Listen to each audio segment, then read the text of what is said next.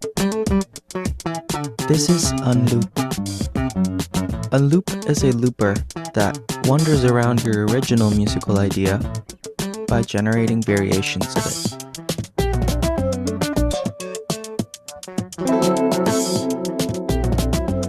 Unloop is powered by a generative model called VampNet, which generates variations on audio using the original loop as the prompt.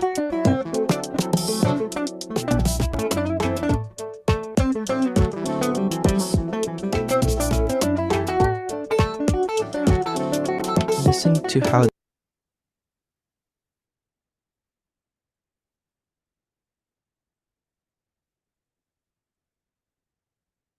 the underlying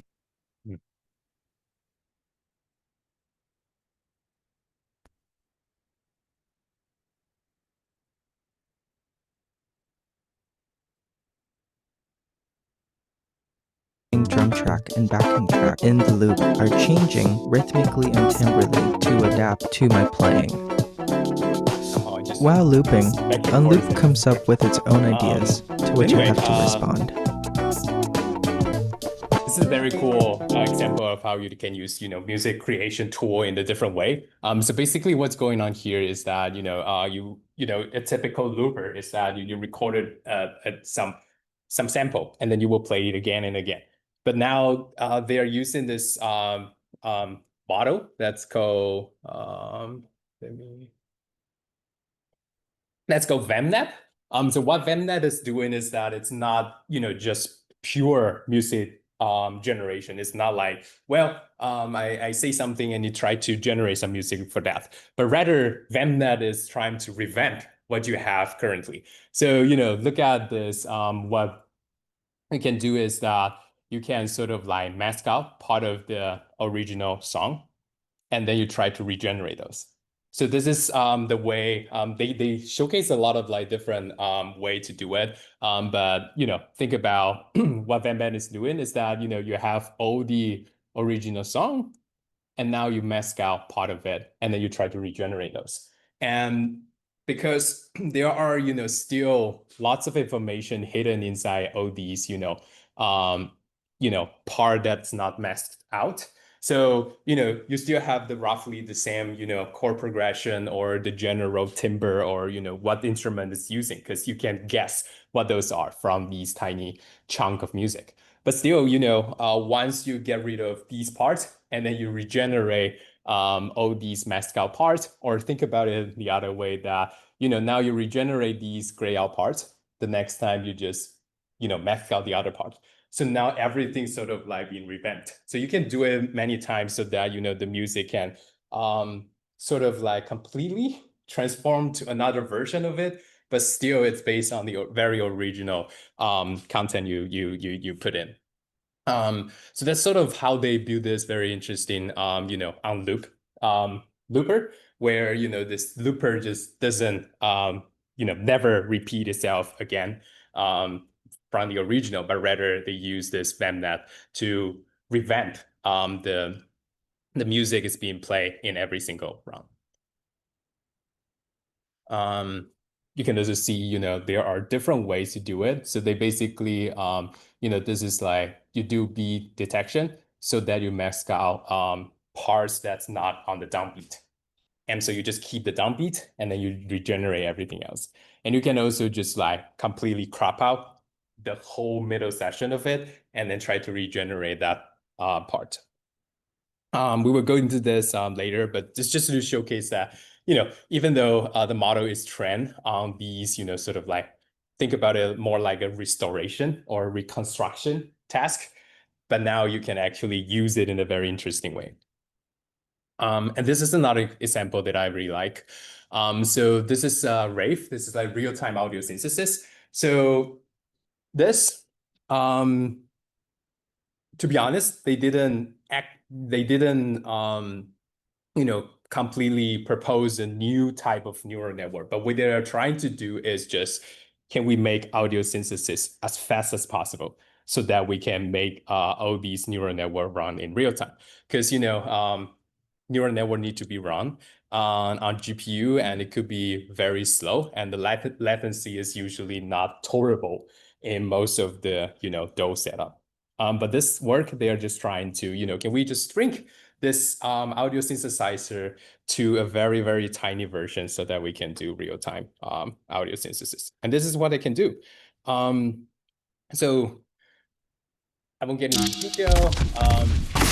Basically, you can use your hand to sort of like map to the latent space. That's the internal controlling space of a neural network, so that you can control the sounds that's being generated. And so they map their hand gesture to XYZ and the velocity to that hidden space.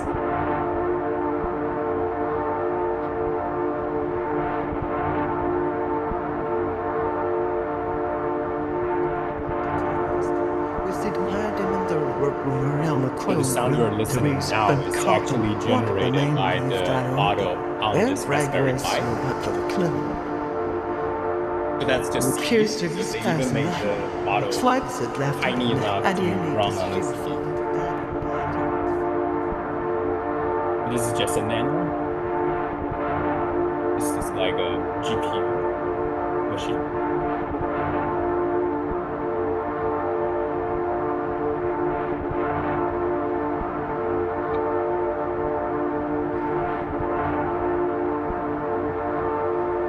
They map the XYZ.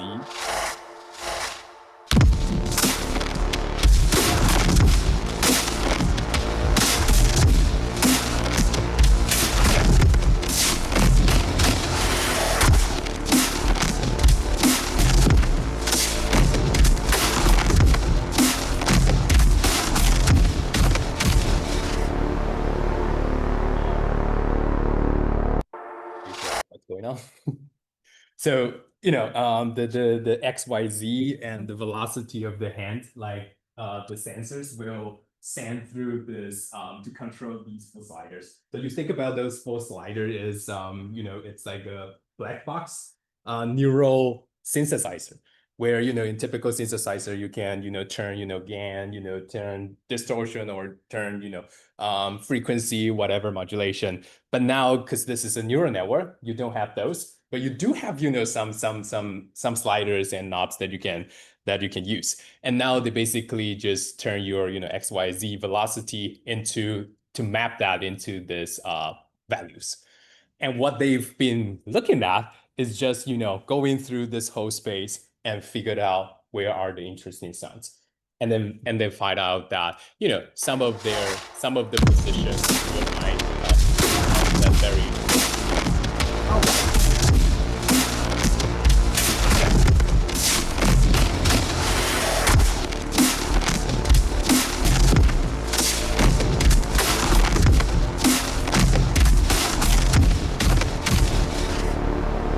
you can imagine, so many interesting ideas from this. And we actually just got some of these. So these are, it actually have one of the very good GPUs, NVIDIA GPUs. So even though they look tiny, it's actually much better than like GPU 3 or 4 years ago, because GPU just doubled its capacity over the years. And now with this tiny, like a chip under here, it can be better than some of the best GPU, 4 or 5 years ago. We generally got some, so if you are interested in working on this in final project, we can definitely look into how we can do that. So yeah.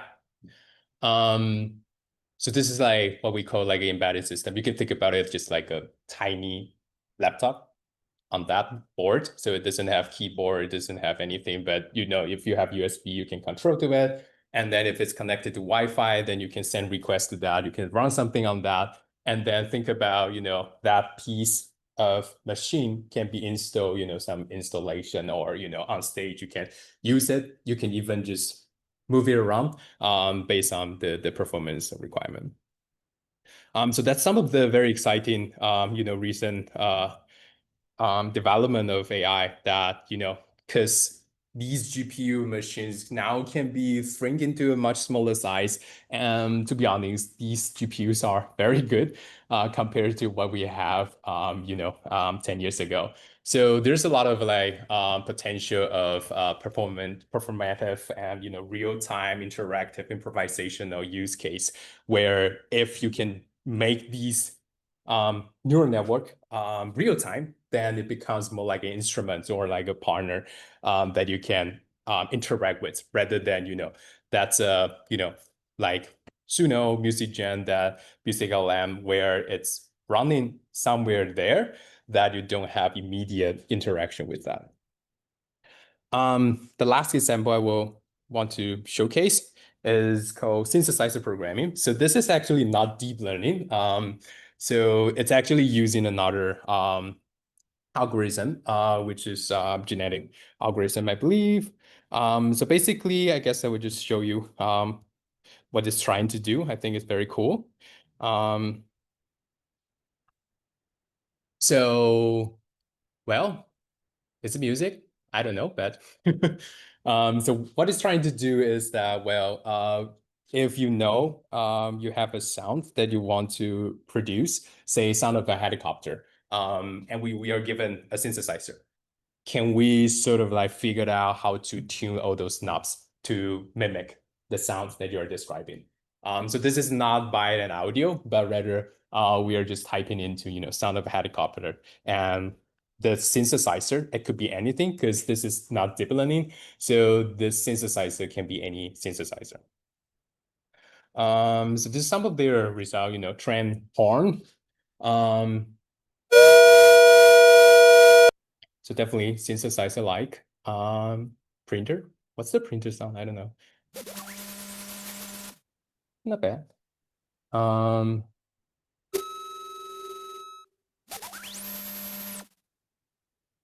what's the tab?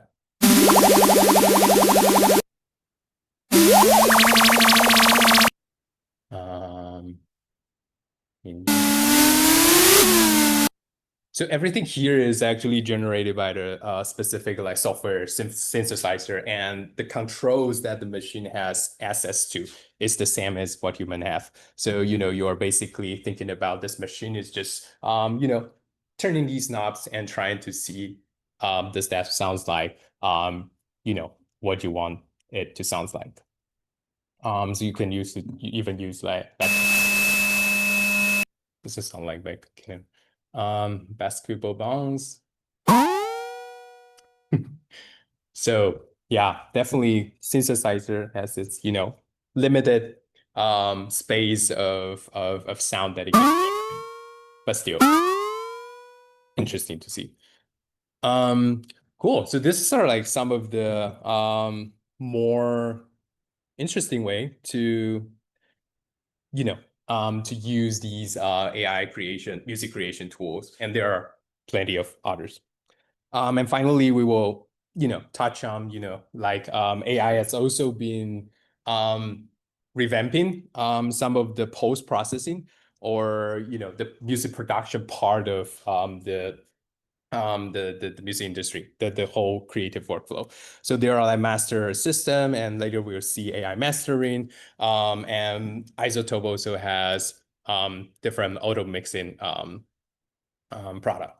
But basically what it will can do is that you just upload your music and it will try to master it to the different devices that you want to master to. So mastering is the process where you get a song and you want to have it to be uploaded to different platforms, say YouTube, say TikTok. Is it being listen on your headphone, or it will be play in loudspeaker, professional loudspeaker, or it will be play outdoor. So mastering is about how you can sort of like adapt to different case of the eventual rendering, the eventual output scenario.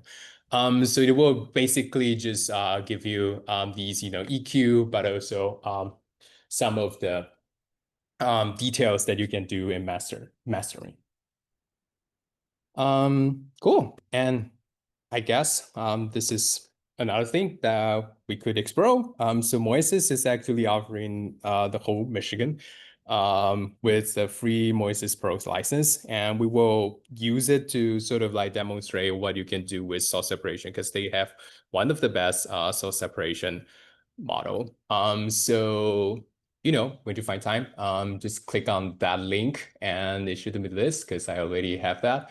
But just follow this, register, and just use your email, and you have to use your desktop browser. And yeah, we will use it in one of our homework to get you Expro, because some of these services can be really costly, and it's nice we have this pro account to get started with. So one of the things I showed you last week is this source separation thing. So you can definitely just try uploading your music you like, or your even your own composition to see how good it is. So you can always just like a DAW where you can just mute some of the or just do solo.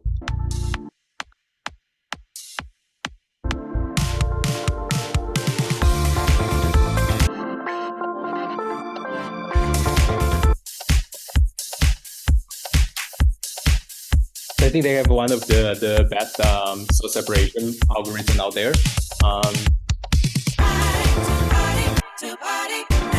And so what's even more interesting is that I can actually do drum separation, which is very cool. So you can actually get every single drum out. So this is the snare, the hi-hat.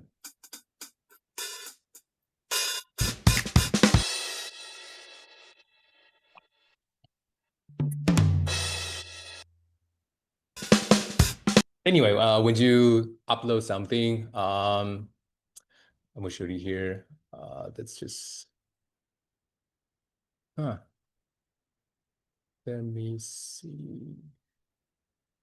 Anyway, when you drop something there, it will ask you for the specific, ensemble that you want to separate it out, and it can separate those. There are some very interesting ones. Yeah, so feel free to explore that. They also have a lot of like other things. So it's sort of like part of this. So you can also see that there is this smart metronome where it's muted by default.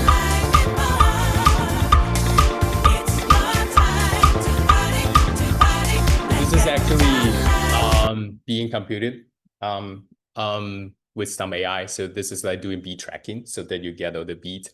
You can also just swap the tempo here. I don't know. I think it should work, hopefully. Can we do it? Okay, let's see.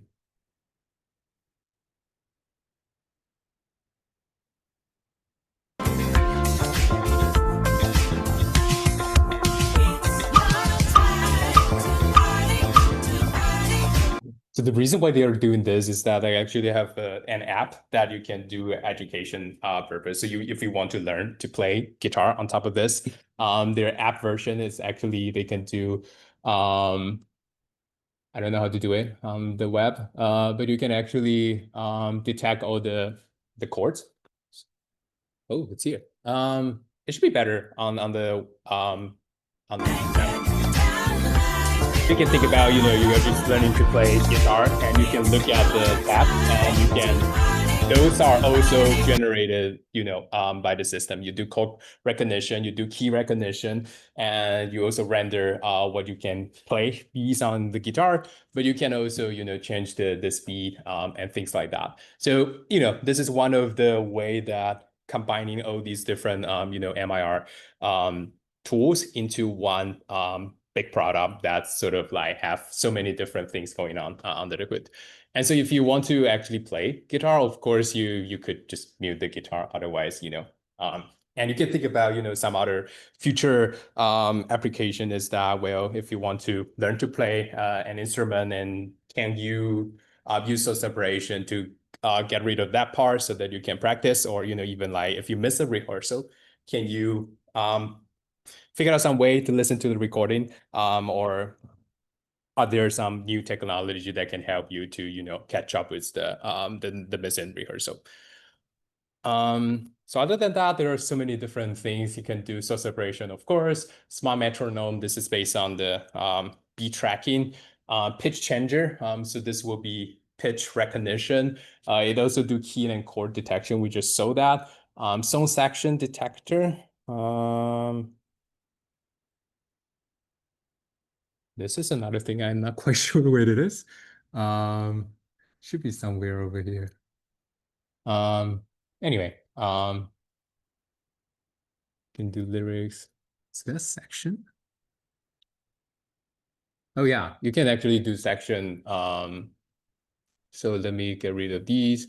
You can actually just look at it. This is the intro section. This is the chorus, repeated the chorus, and verse, blah blah blah. So they can also do song section detection. So this will be helpful if you just want to loop this section again and again, without actually listen to it and then set your own boundary. It will automatically detect the part that you want to practice again and again. Voice Studio, we will see later. Lyric transcription, AI mastering. AI mastering is the thing that one of the project last semester.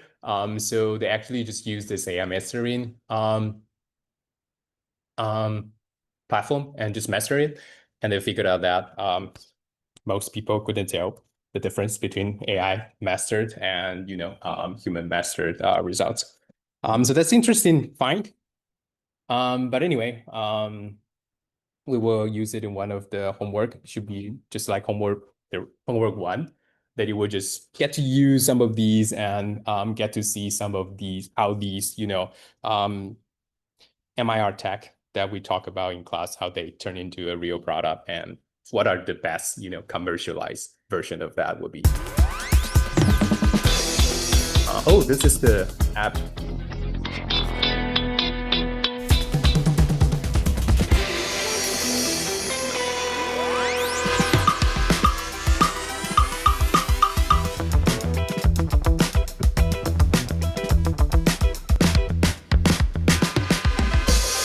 Yeah, so they basically have like two versions of it. Like the desktop one is more for, music producers or, people who want to explore how you can do source separation or, do sampling, do remixing, do DJing. But the app is more for, guitar learners.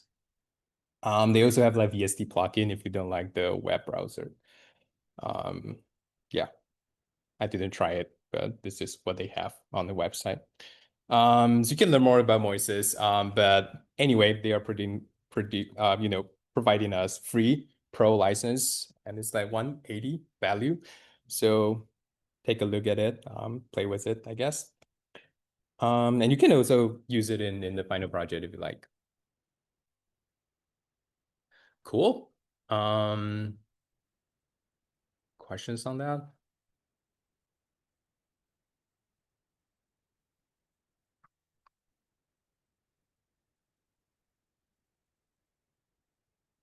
Earlier you were talking about the synthesizer programming being. Mm-hmm.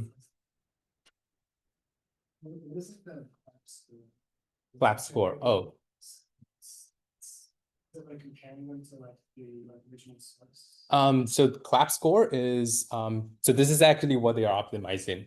So they don't have the lower clap score one. So clap score is a machine learning model that can measure the likeness or the closeness between a text like basketball bounce and the sound that you have.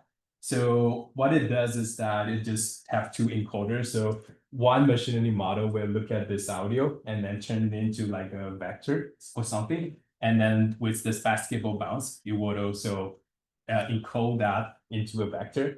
And the distance between that vector, they train it to be, as close as possible when they are actually the same sound, and far away if they are not the same sound. So this clap score is essentially what they are trying to optimize. Think about this way. Yeah, so you have the text, say basketball bounce, and then you have a synthesizer, and you start with it, and then initially that clap score will be 0.1 something. So the maximum clap score is 1, but that's sort of impossible. So the best you can do is likely 0.7 or 0.8. So when you start it, it will be, let me find if there's something. Oh, this is like 0. Let's find a lower one. I think they just show the good ones.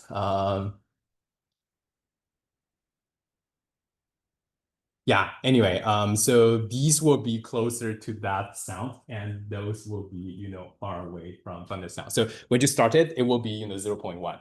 And then now think about how human do it. It's just like we just tune those knobs. And then, now it becomes better, 0.2, 0.3. And over the time, the end, what you want is to figure out a configuration that can give you the highest clap score.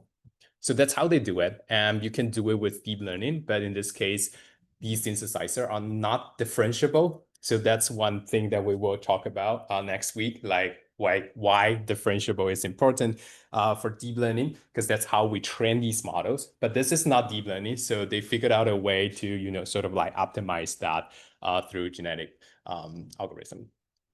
But basically, your goal is to find the optimal configuration of all the knobs that you have to maximize that clap score, assuming that clap score actually measure the difference between the sound and the text that you give it. Oh, this is lower, 0.39. So that's pretty bad. Dishes, pots, and pans. Do we get a higher one? I don't think so. Everything is bad. This is the higher one. So get a sense is like pretty bad. And we can do a higher one. Machine gun one is pretty good. Yeah, so you get a sense like it does measure the similarity to some extent. And that's how they train the model. Optimize the model, not train the model. Cool. Yeah, that's very interesting because that's actually connected to one of the task, not test, I mean one of the challenge in symphony writing or orchestration. So there's actually a whole lot of like music genre or music researchers. I think like 30 years ago they are thinking about how you can use orchestra to mimic some of the sound. Think about thunder song. How can you mimic the sound of thunder by the existing instruments that you have in the orchestra? And so that sort of have the same idea where you are constrained by, the synthesizer here, but the orchestration side of it is like you're constrained by the instruments that you have in this particular ensemble. How can you best resemble the sound that you describe? So same flavor, just that this is more synthesizer, computer music way of doing it. Cool.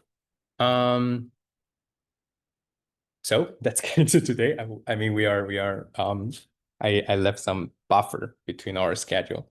So hopefully we'll catch up soon.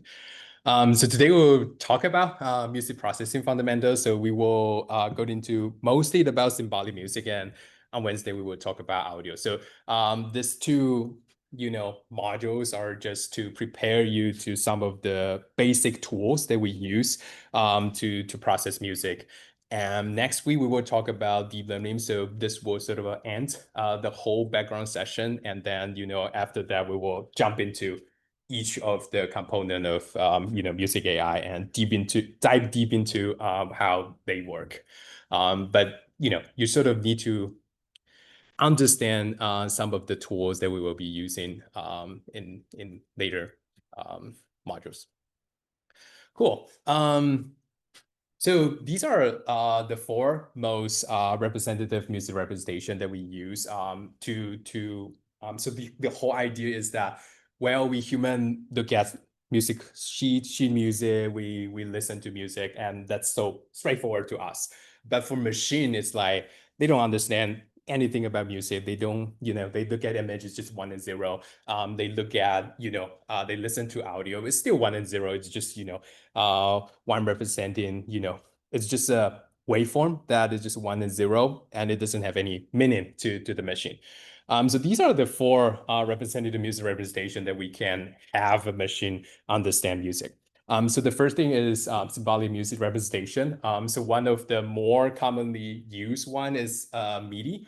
So MIDI, even though it's a very interesting protocol, because MIDI is actually so people think about MIDI as sheet music representation, but rather MIDI is not a sheet music representation. MIDI is actually a controller protocol. It's actually determine how you control the notes, how you control the synthesizers to play the notes. So in MIDI representation, usually how people would do it is like program champ, you will switch the instrument, and then you start the note 60, and then you move your cursor, so wait for 2 seconds, and then you switch off that particular note. So 60 correspond to middle C. So you will start middle C and then wait for 2 seconds, and then you turn off middle C, and then you start middle C again, and then you wait 2 seconds and turn it off.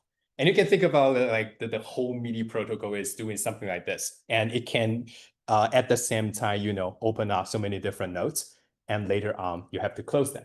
And that actually become one of the headache of MIDI files that someone sometimes forgot to close a MIDI. And sometimes, if your MIDI synthesizer crash, you will hear that just one particular note that just never ending notes there.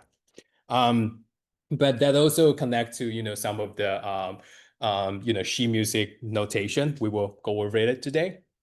And the other symbolic music representation, some of you might see it on Do or some of the cool YouTube video that has this piano roll thing. But basically it's just representing symbolic music. By symbolic music meaning that it's not about audio, it's about the content, the core of the music is like what notes, what pitch, what duration we are thinking about. So that's what we meant by symbolic music. And so in this case, we put the pitch at the y-axis and we put the time at the x-axis. So now it becomes an image, but at least the model, the machine can understand what these pixels means rather than looking at a sheet music scan that the model has no idea how these pixels connect to one another. And for the audio, I mean, most obviously we have waveform, even though it's very hard to process it. Still, there are some models that's actually working on waveform directly. But more commonly or more easier way to do it is through spectrogram. That's what we would talk about on Wednesday. How you get spectrogram, what it's all about, the spectral analysis thing. You sometimes see this, so now you see the similarity between spectrograms and piano roll. So in Logic Pro or whatever DAW you likely have both. So this is when you input the MIDI, and this is when you drag a file into it. It will usually either this or that. It can be waveform or spectrogram. Or when you do pitch recognition or do auto tune, you will see the spectrogram thing popping up.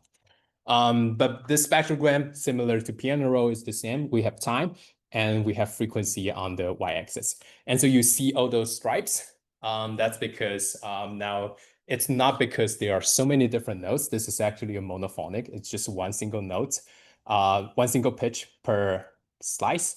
But you see all those stripes because those are the harmonic of the sounds that you have. So you will have a fundamental frequency, say, C, A, you have like 440, and then you will have 880, you will have like 1320, you will have all the multiples of that frequency. That's determine the timbres that you listen to.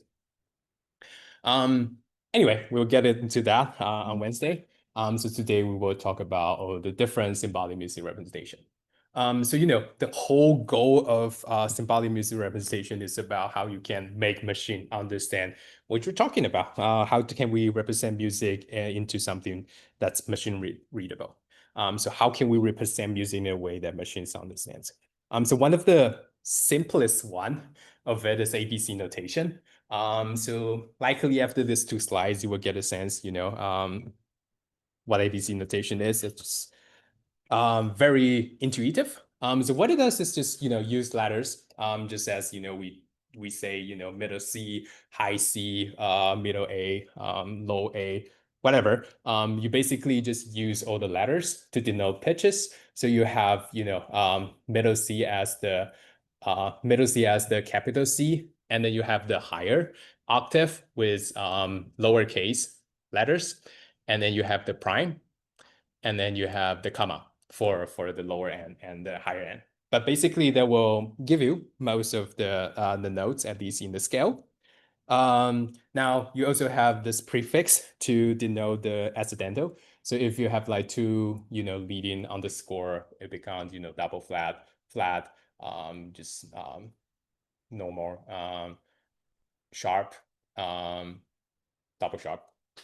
So you have all these, different ways to sort of like modulate or decorate the letter so that it can represent the music.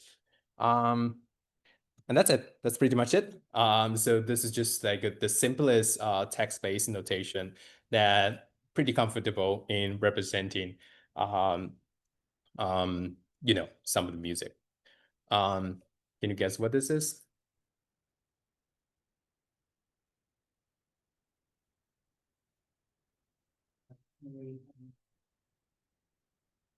Nope.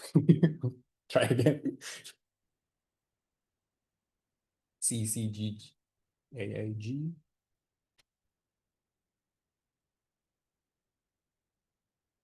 No ideas?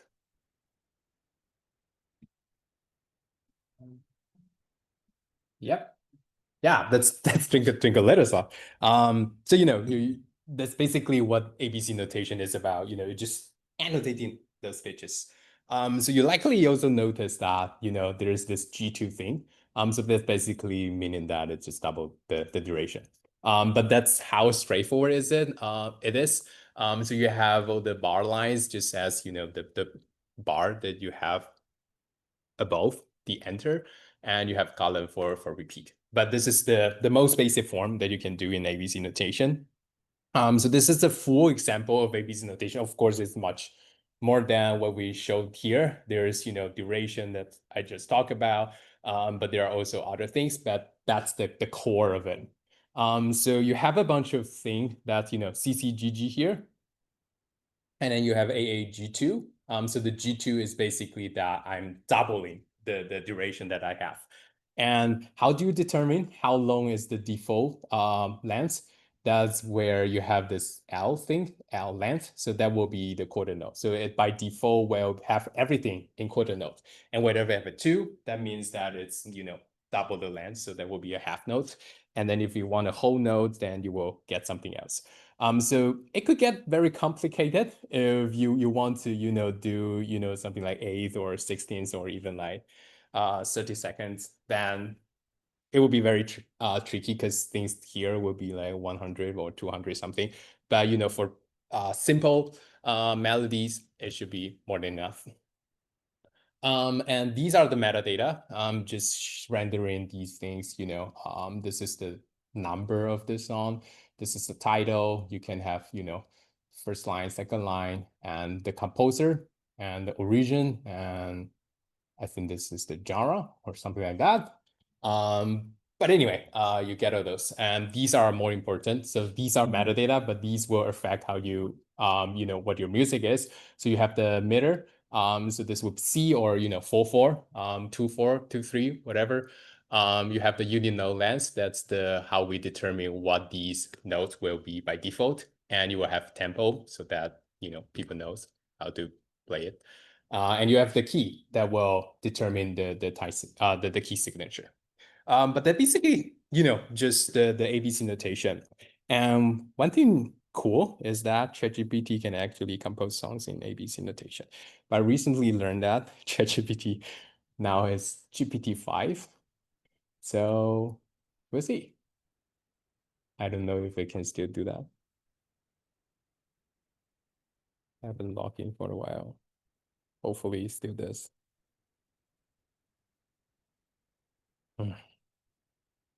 Sorry, need to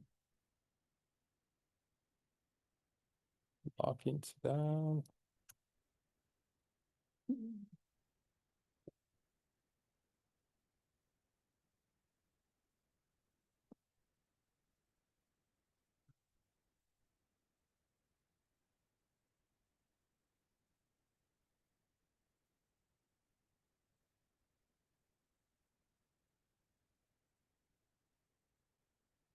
Okay, let's see. Write a cheer for folks on using ABC notation. Let's see if it's actually getting worse.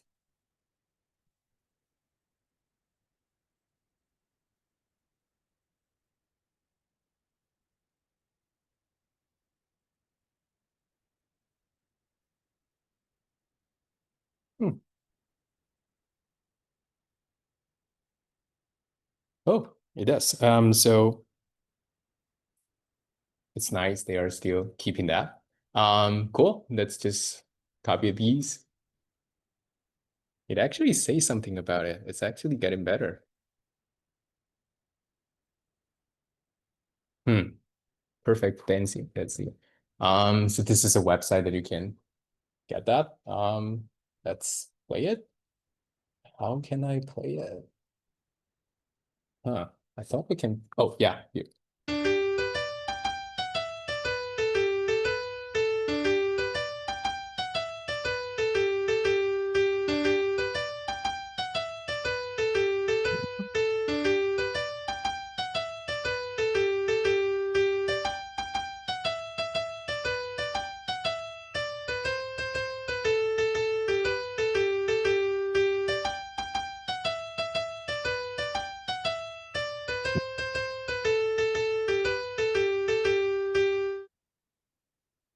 Not bad. It's actually better than the example I show on the slide. So I guess they are actually getting slightly better. You see that it's so boring. It's like sunshine on the middle, but it's just too boring. Oh, I have this. This is like 2 years ago, I guess. It's just, it's not bad. It's just kind of boring.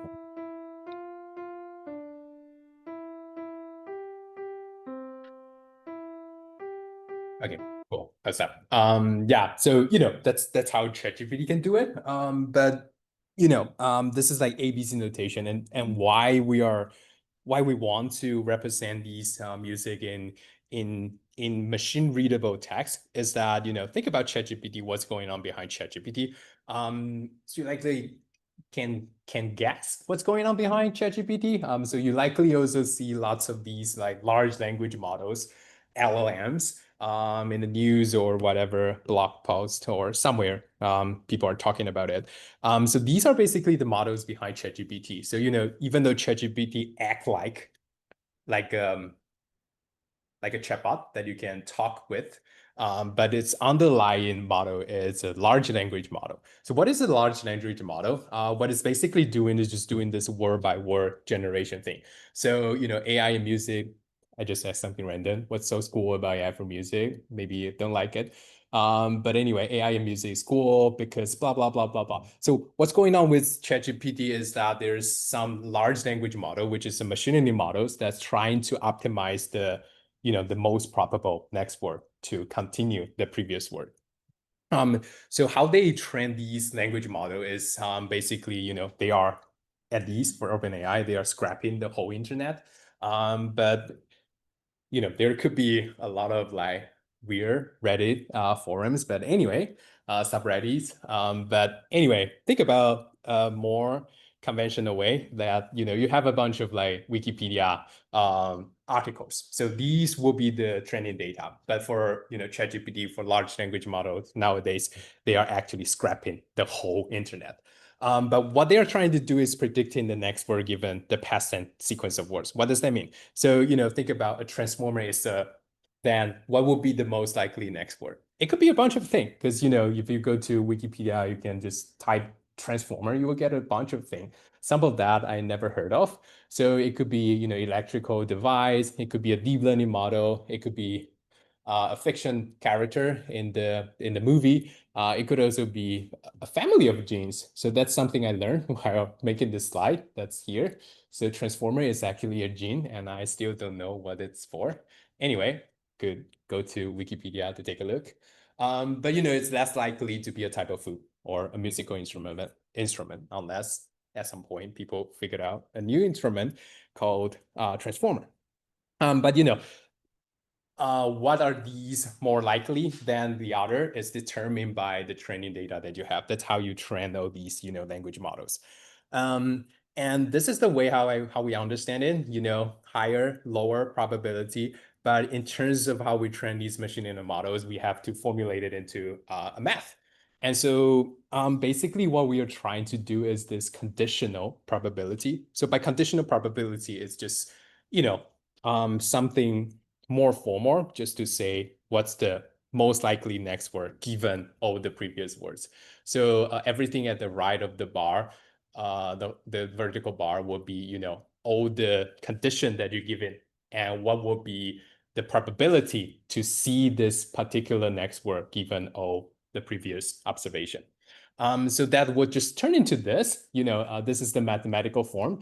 But what you're seeing is that a transformer is then what's the most likely next word? Then electrical will be with higher probability, character, gene, model will be higher probability than food and musical.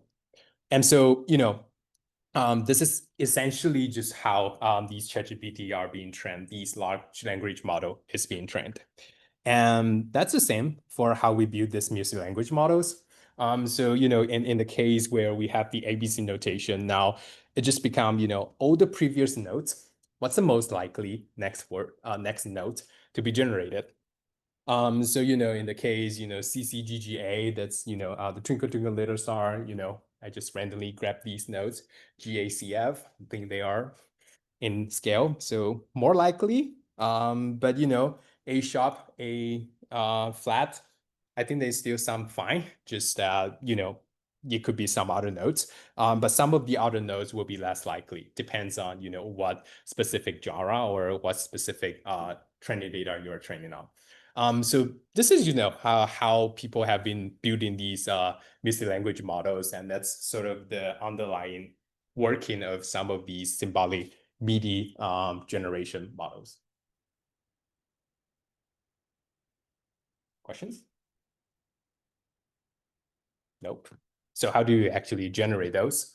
This is overly simplified. This is actually not how we generate. It's much complex, but you can get a sense. This is the most naive way of doing it. A transformer is then you get deep, and hopefully you get learning, you get model, and you get blah, blah, blah, blah, blah. And to be honest, in real life, this never happened. If you just pick the most likely word, usually what you will get is all those filler words like is, if, well, and all those, words that doesn't have any meaning, but that's very, very likely to happen all the time in the article.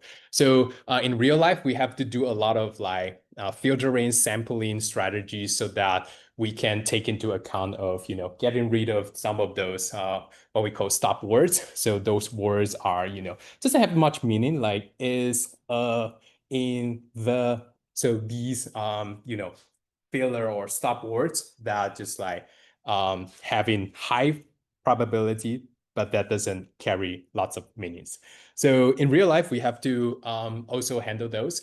But, pretty much what we are trying to do is to, figure out what will be the most likely next few words given the past words, words that you see. So that's basically how, these language models work. Cool. So that's sort of like a detour into why, ABC notation is interesting, because it actually just connectedly tightly into the ChatGPT scenario, because it's text, it's just some letters. So you can actually just use these models to generate those. Likely ChatGPT has to do something on that so that it's a separate code block. But the underlying models could be similar. Cool. So for ABC notation, likely the limitation is so obvious. It's just too limited. The duration, if you want to do 30-second note, then everything will be a whole note will be something like C320. Doesn't make much sense. And it also only do monophonic tunes only. There's a version called extended ABC notation that can do polyphonic tunes, but it's still very challenging in general for ABC notation. And so that will bring us to this MIDI-like representation. So as you know, MIDI is likely, hopefully, something you get to experience with.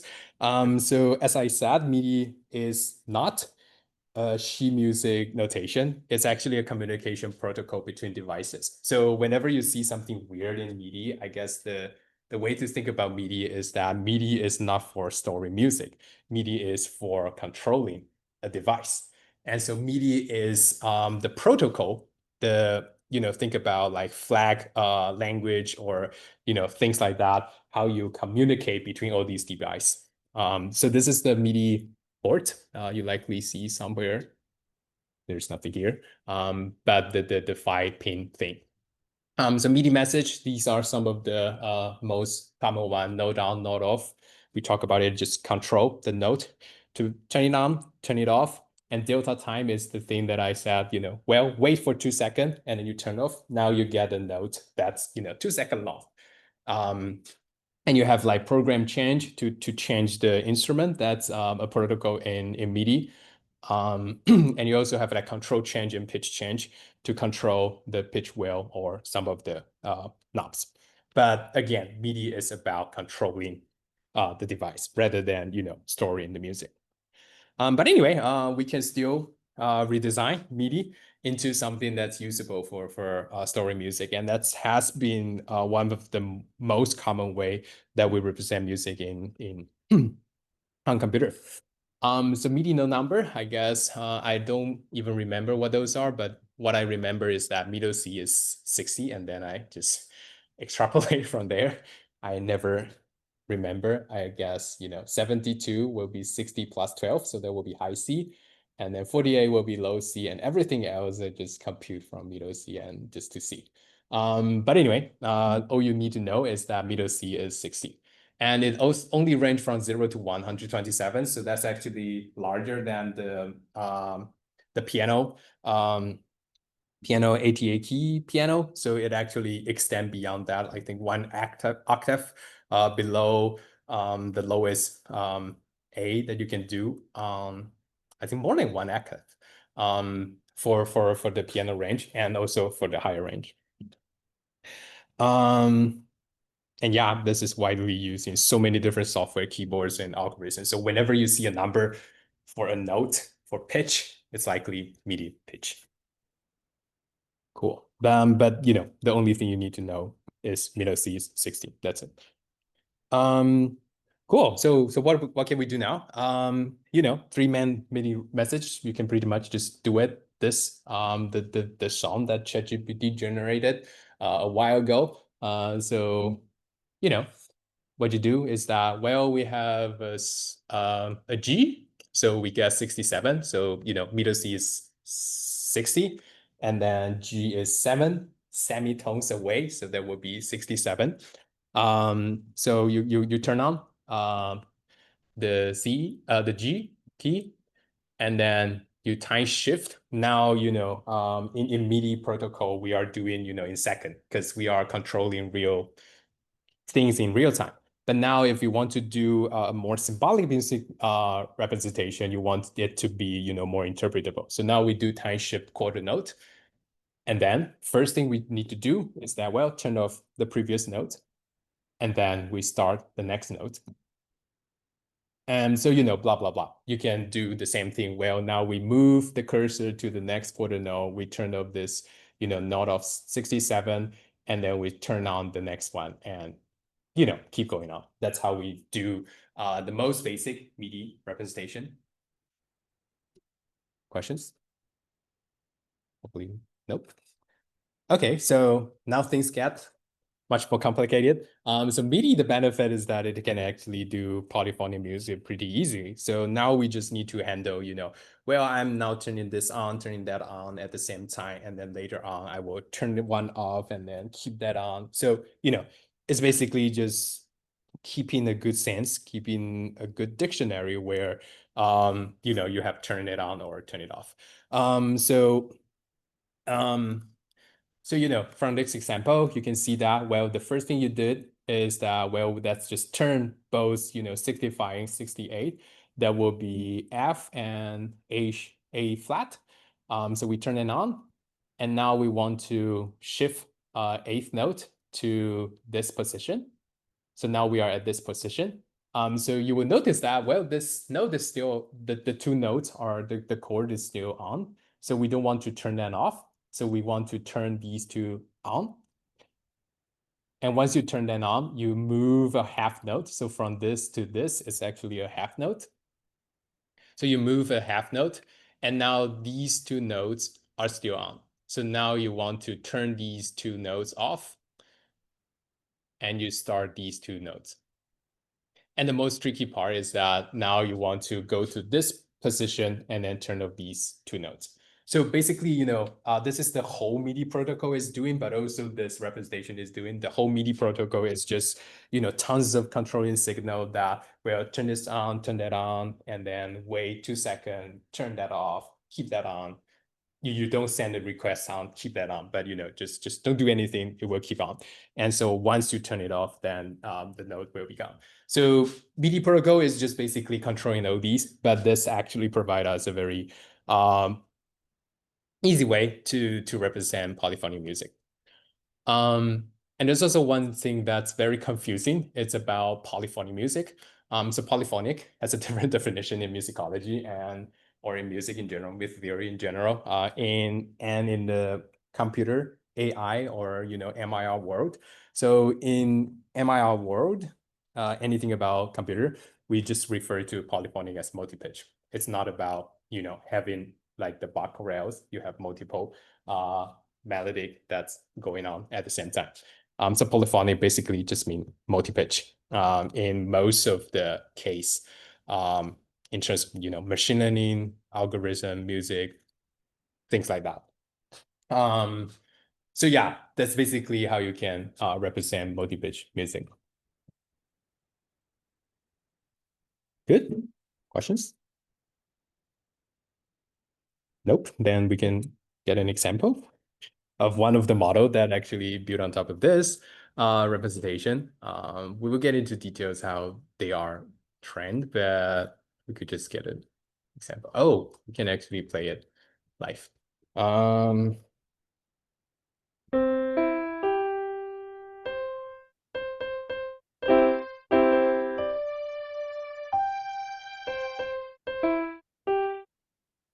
I don't think it does chord, so I'm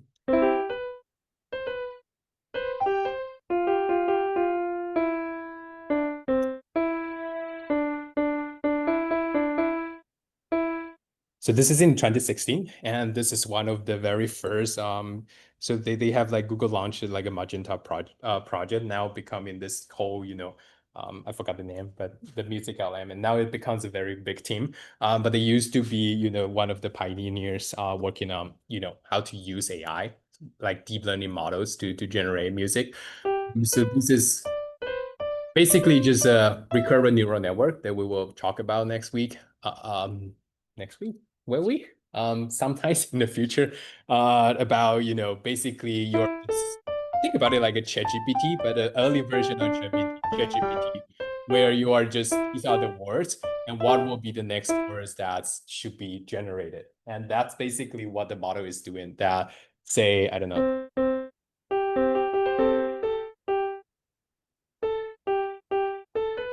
And so that's what the model think that's the most likely, notes that following the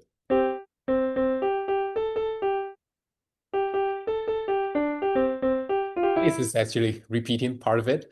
So you get a sense that this is like one of the very early stage of AI music, and it can actually just use this very simple, like sort of like a ChatGPT. You are talking to this machine that will respond by the yellow part.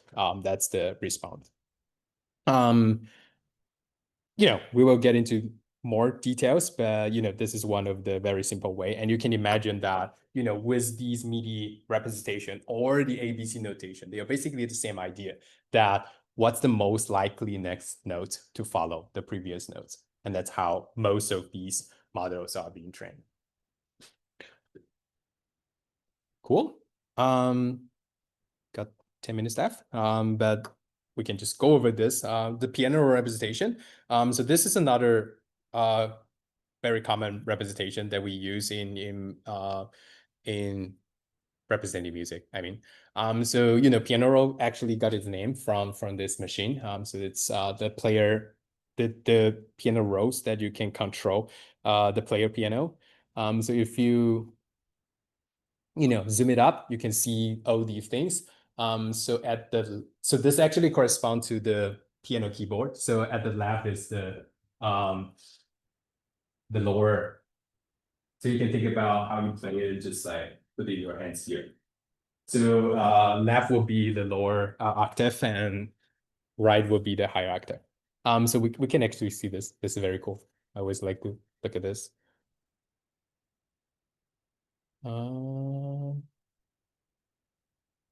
Let's just go over the whole thing. This is a player piano that can do piano roll. And that's actually also a player piano, just that it's controlled by MIDI. It's kind of outdated, but it's a player piano.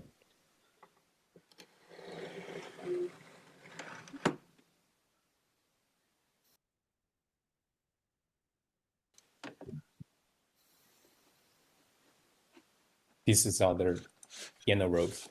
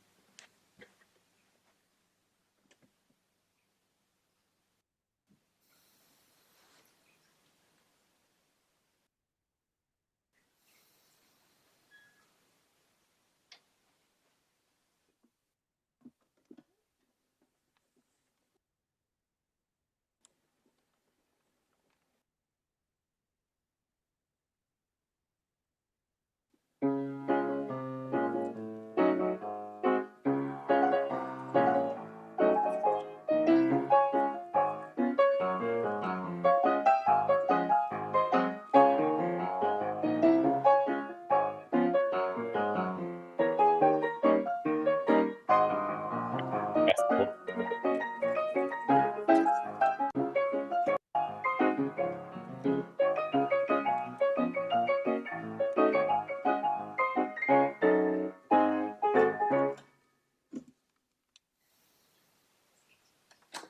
So yeah, what you just saw, it's just basically piano roll. And so the whole piano, I like this.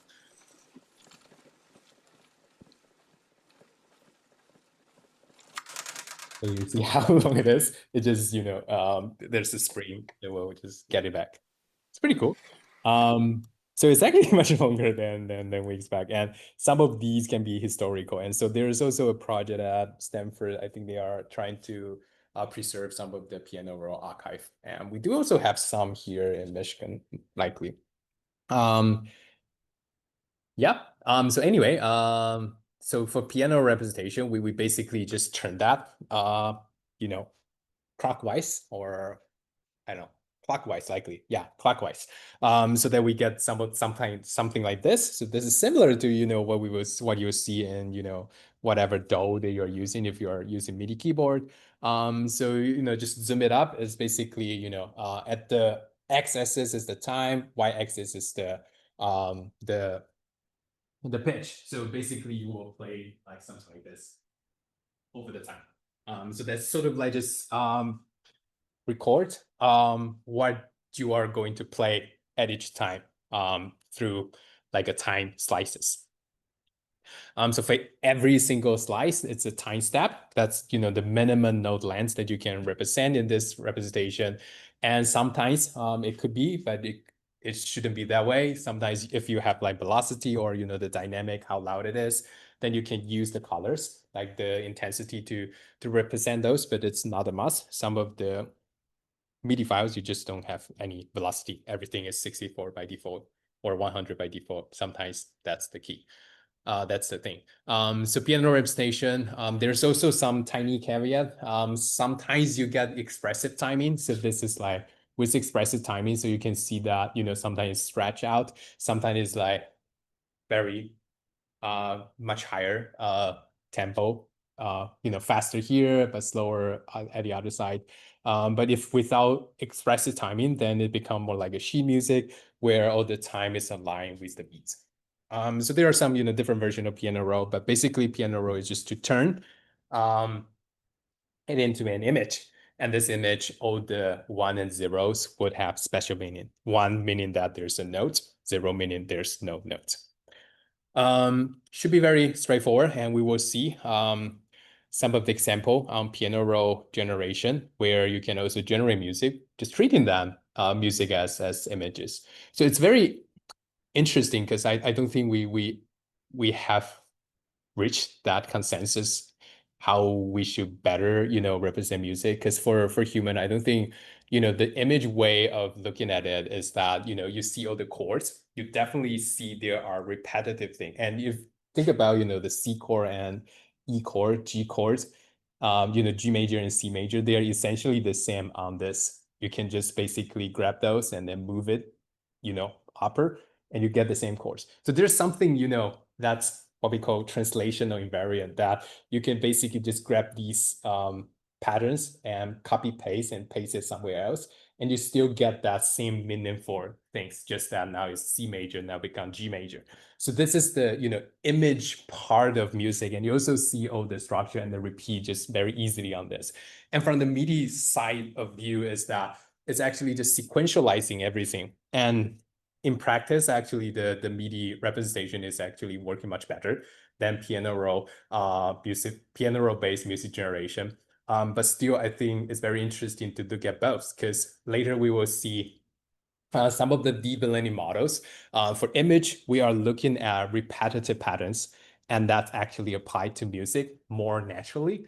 But for text, it's not essentially how music should be represented, because everything will be sequentialized. It's very weird that you look at the music score, you listen to a music, and you are like internally, sequentializing everything into a, simple line, like a line of thought.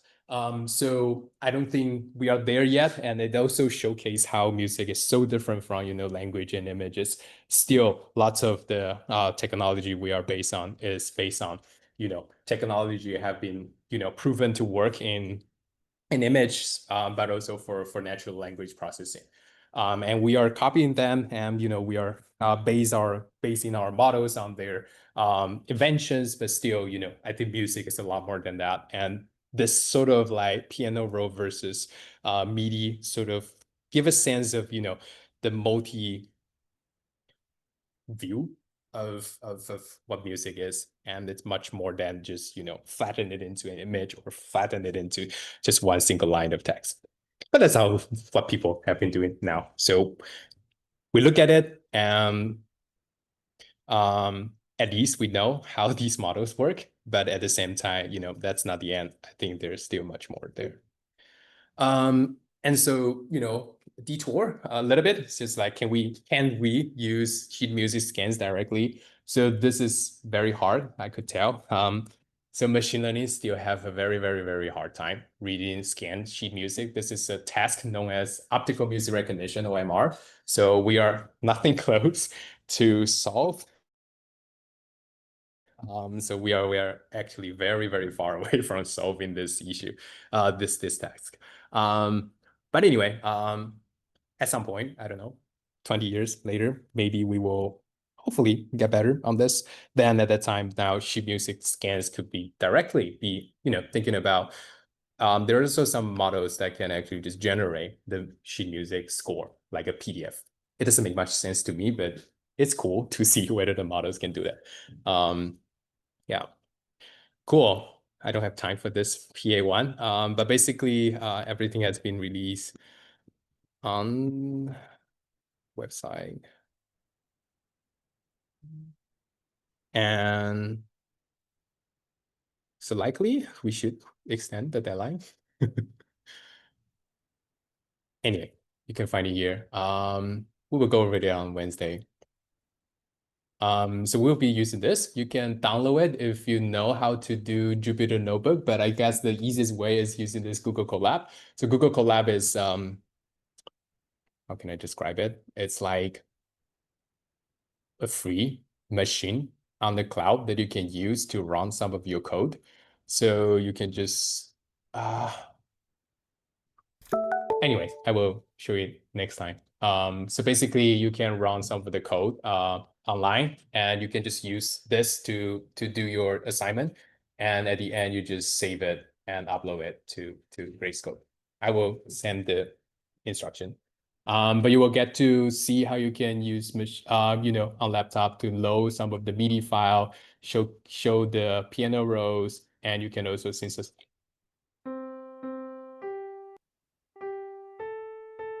And you can see this is how the model is, how you can store a note on the machine. Cool. We'll go over it on Wednesday. Now we'll get into more, more fun, hopefully.